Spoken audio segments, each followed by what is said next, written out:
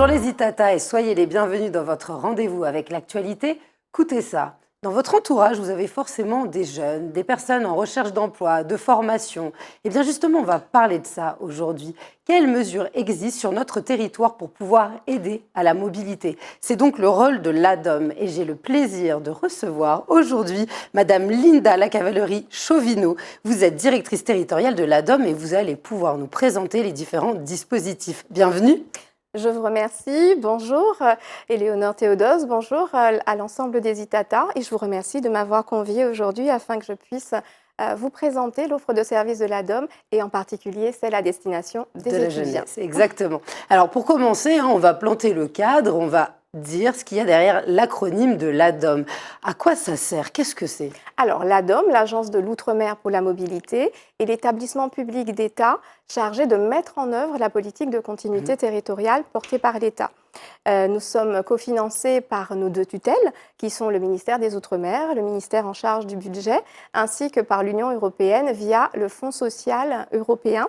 Et on peut dire qu'avec l'extension des mesures dont nous nous chargeons, donc avec l'évolution de nos missions, l'ADOM se positionne de plus en plus comme l'acteur de la mobilité, le partenaire mobilité, aux côtés des acteurs économiques, sociaux, institutionnels ultramarins, aux côtés des ultramarins eux-mêmes, et afin de contribuer donc à garantir une égalité des chances entre les personnes qui vivent dans l'Hexagone et celles qui vivent dans l'outre-mer, qui nous sollicitent quotidiennement pour leurs besoins en mobilité. Alors, qui est concerné par vos missions, par vos prérogatives? À destination de qui l'ADOM va agir? Eh bien, écoutez, à l'heure actuelle, nous tâchons d'être aux côtés des ultramarins à tous les moments clés de leur vie, ce qui signifie que les personnes peuvent nous solliciter pour des projets qui concernent des voyages à effectuer à titre personnel ou professionnel, mais également pour des projets qui ont trait à l'emploi, à la formation, aux études et même à des urgences de la vie.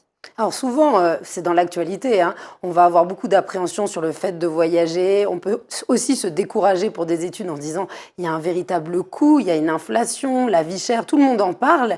Qu'est-ce que de particulier l'ADOM va apporter? Quelle prise en compte elle fait de ces difficultés? On parle de continuité territoriale, c'est un grand mot, mais est-elle effective? Eh bien, écoutez, en tout cas, aux côtés de l'ensemble des acteurs engagés auprès de la population martiniquaise et ultramarine de façon large, puisque l'ADOM est implantée sur l'ensemble des DROMCOM et également sur le territoire national, nous œuvrons quotidiennement afin que cette continuité territoriale ne soit pas un vain mot. Et en l'occurrence, ce que nous entendons au niveau des médias et qui est une réalité locale, c'est la cherté des billets, notamment d'avion. Bien, il faut savoir que l'ADOM aide et toujours aller-retour sur un certain nombre de problématiques liées à l'étude, à l'emploi, à la formation, comme je vous le disais, par exemple pour les demandeurs d'emploi, pour la vie quotidienne. Donc il ne faut pas hésiter à nous contacter, à se connecter sur notre site ladom.fr pour pouvoir découvrir l'ensemble de notre service que j'espère pouvoir décliner avec vous aujourd'hui. En tant que directrice territoriale, on sent bien que vous avez une volonté de répondre à des besoins réels.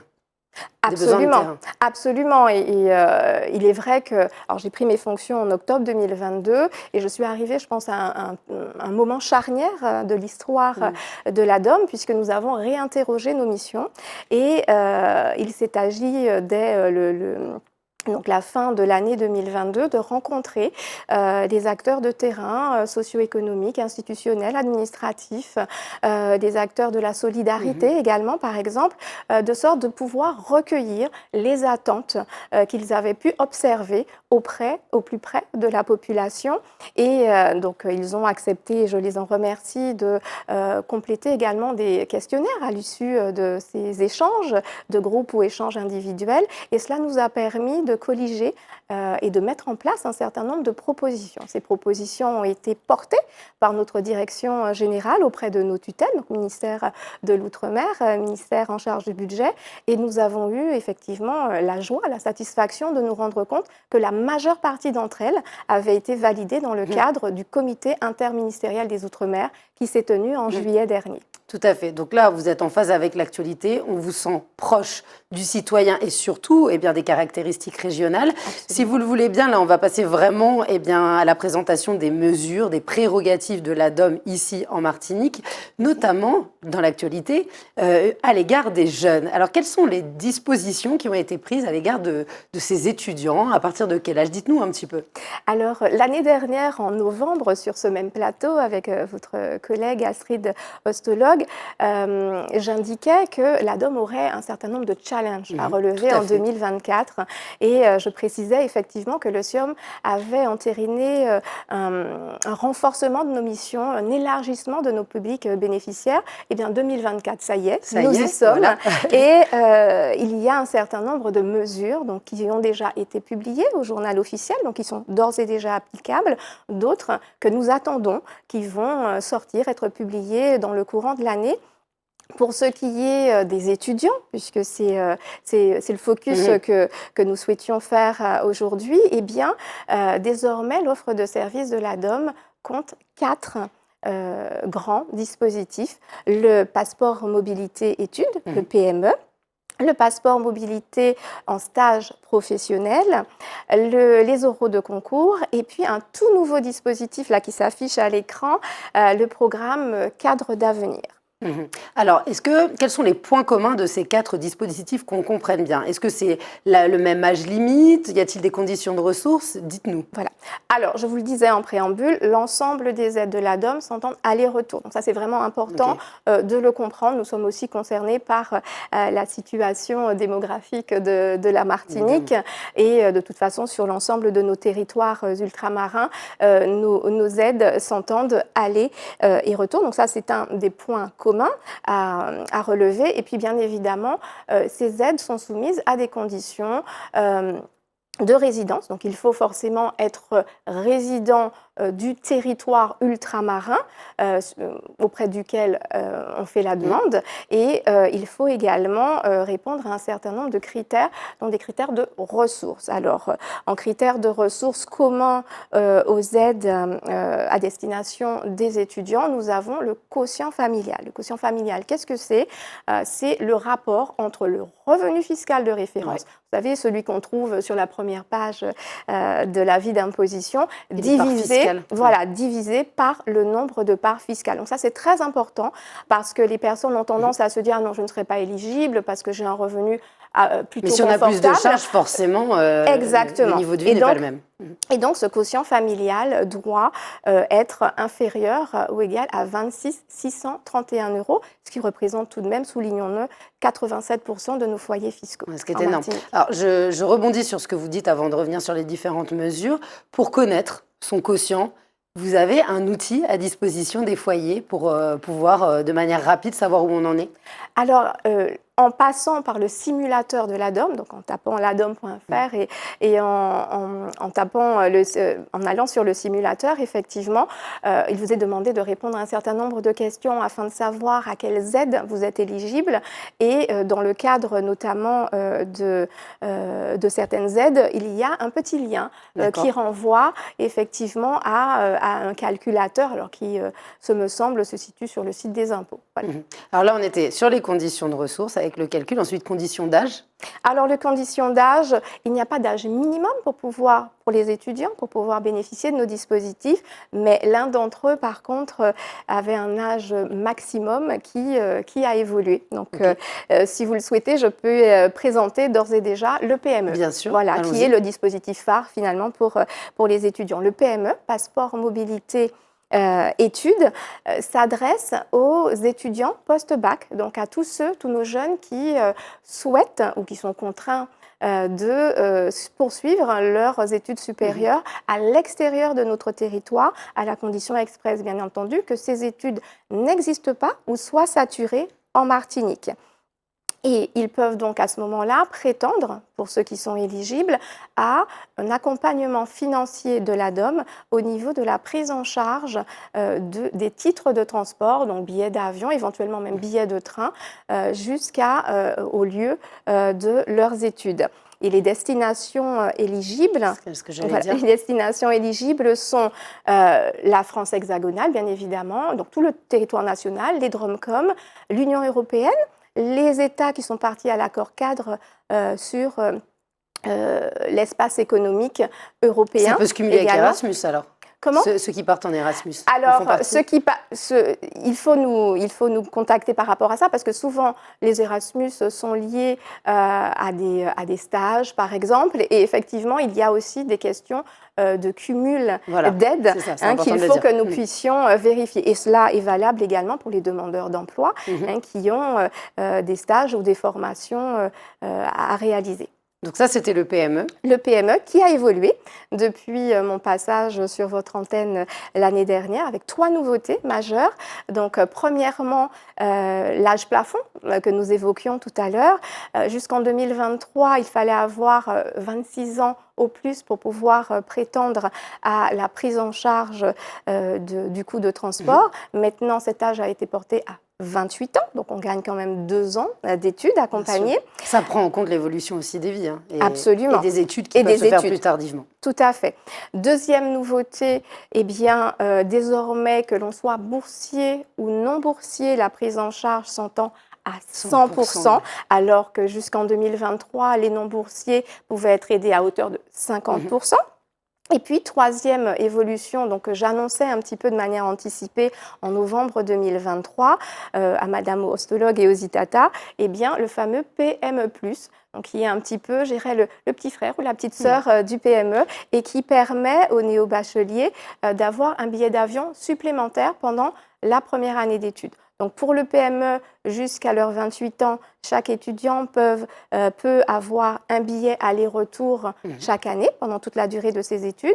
Et puis pour ceux qui partent l'année d'obtention de leur bac, ils peuvent briguer un autre aller-retour à faire valoir pendant les vacances de Noël, de Carnaval, de Pâques, afin de pouvoir se ressourcer. Ce qui donne un petit coup de pouce au réconfort. Exactement. C'est toujours qu'une première année, tant du côté des facile. parents que du côté des jeunes, bien évidemment, nous en sommes conscients. Alors, pour le PME, on a balayé le deuxième dispositif. Le deuxième dispositif, donc PMSP, Passeport Mobilité en stage professionnel. Là, il s'adresse à des élèves ou à des étudiants qui sont inscrits dans des filières technologiques, professionnelles, de la terminale au niveau master et qui doivent partir pour effectuer un stage à l'extérieur de notre territoire. Alors, ce besoin de partir doit être justifié soit par le référentiel de formation qui impose une mobilité à l'étranger, ou encore par le fait que le stage à effectuer ne peut pas être effectué en Martinique parce que notre tissu économique local ne le permet pas. Voilà. Donc, ils peuvent prétendre également à une prise en charge à 100% de l'aller-retour pour pouvoir effectuer ce stage. Et les destinations éligibles sont les mêmes que celles que j'ai énoncées tout à l'heure, donc territoire national au sens large, Union européenne, mais également notre espace géoéconomique, notre bassin océanique, si vous voulez. Donc les États de la Caraïbe, les États des États-Unis, les provinces du Canada qui donnent sur la côte atlantique ou sur la côte on connaît Caraïbe. Bien les interactions professionnelles. Exactement. L'Amérique centrale et même des pays d'Amérique du Sud, donc qui ont une côte sur la mer des Caraïbes jusqu'au Brésil et au Suriname. Alors certains élèves, certains jeunes qui ont bénéficié du premier dispositif PME peuvent, imaginons au bout de 3 ans, bénéficier du second, selon leur statut, selon le changement. Peut-être que des fois, on prend une étude pour une université, on fait un BTS et puis ensuite on va en alternance, c'est possible. Alors, tout à fait. J'ai même envie de vous dire très souvent, c'est dans l'autre sens. Mettons par exemple un jeune qui est en terminale technologique ou voie professionnelle, il va faire son stage, d'accord, pendant son année de terminale et puis l'année d'après, il obtient son bac, il souhaite poursuivre ses études, il peut effectivement briguer le PME puisqu'il y a une question de non-cumul sur une même année, mais ce que nous considérons, c'est vraiment la date aller. Donc, ce qui signifie que la personne qui a eu un aller en PMSP en 2023 peut briguer un aller en PMS, encore en PMSP d'ailleurs, ou en PME. Oui, on réfléchit en année scolaire. Voilà, exactement. Okay. Alors, le troisième dispositif et le quatrième? Le troisième dispositif, le dispositif oral de concours. Donc là, il concerne très souvent chez nous des jeunes qui sont en classe préparatoire aux grandes écoles et donc qui briguent les oraux des grandes écoles et qui également peuvent bénéficier d'une prise en charge à 100% du billet d'avion pour aller soutenir leur oral.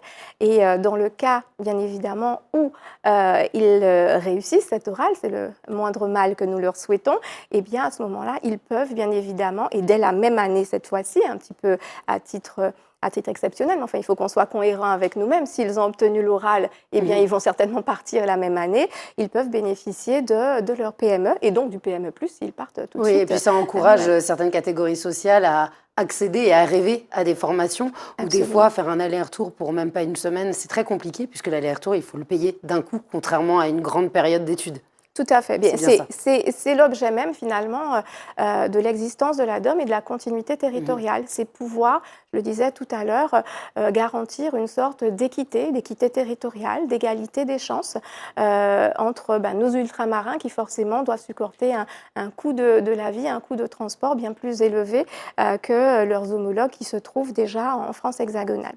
Donc, le dernier dispositif... Dernier né, non? Oui, absolument, le dernier né, en tout cas en Martinique, le dispositif Cadre d'avenir qui est piloté par la préfecture en partenariat avec l'ADOM. Je vois que derrière nous, il y a l'écran qui le présente. Donc, c'est un dispositif qui vise à promouvoir la formation des cadres intermédiaires ou supérieurs pour soutenir le développement économique de notre territoire. C'est un dispositif qui existe déjà depuis environ 3 ans à Mayotte, qui a été lancé l'année dernière, à la rentrée dernière en Guadeloupe, et donc il est lancé cette année en Martinique. Et donc il s'adresse aux jeunes qui ont pour projet de poursuivre des études supérieures dans des secteurs qui ont été identifiés comme porteurs ou en tension sur notre territoire.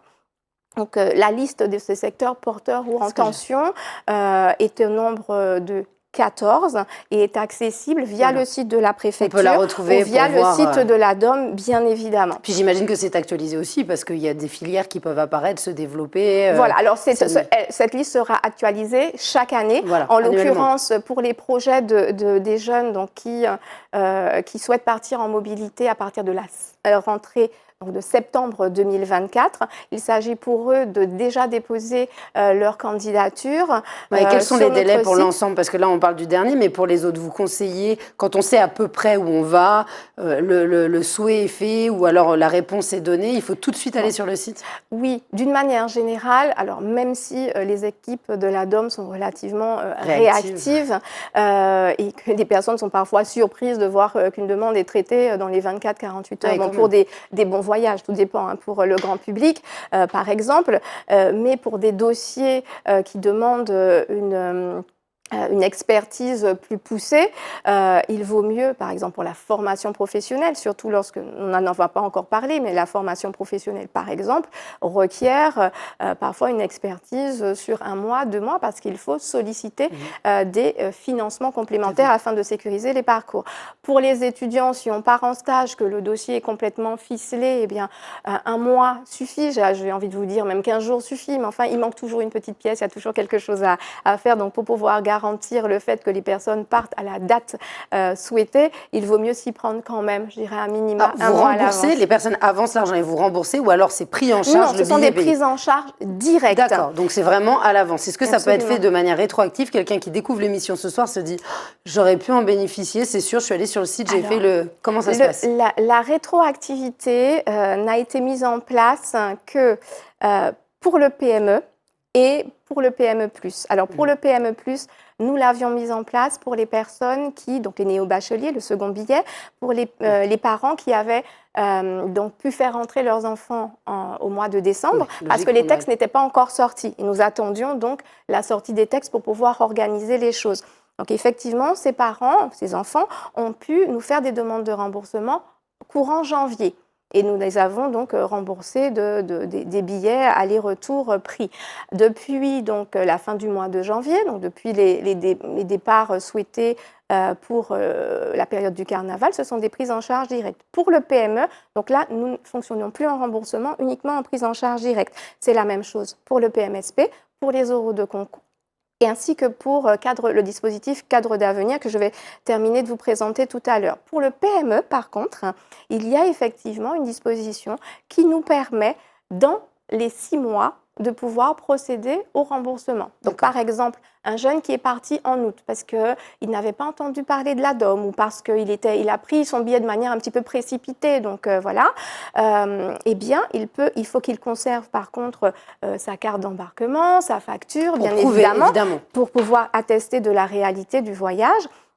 Et à ce moment-là, il a 6 mois pour pouvoir nous présenter ses pièces et ouvrir ses droits au remboursement de son billet aller, ce qui lui ouvrira de facto les droits aussi à un billet retour. D'où l'importance de vraiment se renseigner, d'anticiper, d'écouter notamment cette émission et dès qu'on sait, de pouvoir faire la demande. De toute façon, mieux vaut demander pour rien que de ne pas demander du tout. Absolument. Et ensuite de s'en mordre les doigts. Et pour le PME, par rapport au délai, donc je disais effectivement que bon, dans le mois, et même bien avant normalement, mais enfin par mesure de précaution, je préfère dire un mois avant, et surtout dans des périodes qui voient un afflux de demandes, comme la période des grandes vacances. On est d'accord que les bagages sont pris en compte? Oui, dans le et même d'ailleurs, deux bagages. Alors, classe économique, hein, disons-le tout de même. Sinon, vous allez recevoir Donc, classe économique et 2 bagages de 23 kilos. Donc, ce qui est quand même, je pense, appréciable pour nos jeunes, surtout au moment d'un déménagement, voilà, et peut-être même avec des affaires d'hiver pour là-bas, quand on part dans l'Hexagone. Si vous le voulez bien, on va finir sur la dernière disposition pour compléter. Absolument. Donc, le dispositif Cadre d'avenir, il est important de savoir que les jeunes donc éligibles, qui donc candidateront là en ce mois d'avril, normalement les candidatures seront closes au 3 mai. Alors je ne sais pas si nous allons proroger un petit peu ce délai, tout dépendra du nombre de candidatures reçues, eh bien doivent s'engager à revenir sur le territoire après l'obtention de leur diplôme, puisqu'il s'agit vraiment de soutenir notre développement économique. Et en contrepartie, ils bénéficient pendant toute la durée de leurs études d'un soutien financier, allocation, une allocation d'installation, une indemnité mensuelle, et la prise en charge d'un billet d'avion par an, bien évidemment, mais aussi d'un accompagnement psychopédagogique et d'une aide aussi à l'insertion à leur retour. Alors c'est vraiment très complet. Pour retrouver l'ensemble des informations, pour que ça soit exhaustif, il y a bien sûr le site de l'ADOM. Absolument, www.ladom.fr. Vous le verrez, donc les aides sont réparties par volet. Donc il suffit de cliquer sur le volet concerné, d'aller sur l'aide qui intéresse, voire même de baliser, j'ai envie de dire, toutes les aides. Et les renvois sur les applicatifs qui nous permettent de traiter les demandes se trouvent chaque fois tout en bas des pages. On trouvera, c'est très bien fait, c'est dynamique. Et enfin, y a-t-il des heures de présence où on peut vous trouver? Absolument. Donc, nous sommes accessibles par téléphone pendant nos horaires d'ouverture, matin et après-midi, sauf les mercredis et vendredis après-midi. Et nous accueillons le public avec ou sans rendez-vous de 8h à 13h, du lundi au vendredi. Eh bien, c'est noté. Merci beaucoup pour être venu nous présenter de la manière la plus exhaustive, en un temps record, tout ce que l'ADOM peut faire. Et puis, on souhaite aussi que ça soit très bénéfique à tous ceux qui nous ont vus, regardés, écoutés aujourd'hui. Merci et à bientôt. À très bientôt, peut-être pour les autres dispositifs. Oui, on espère. Merci beaucoup les Itata de nous avoir suivis. Je vous dis à très vite pour un prochain Écoutez ça.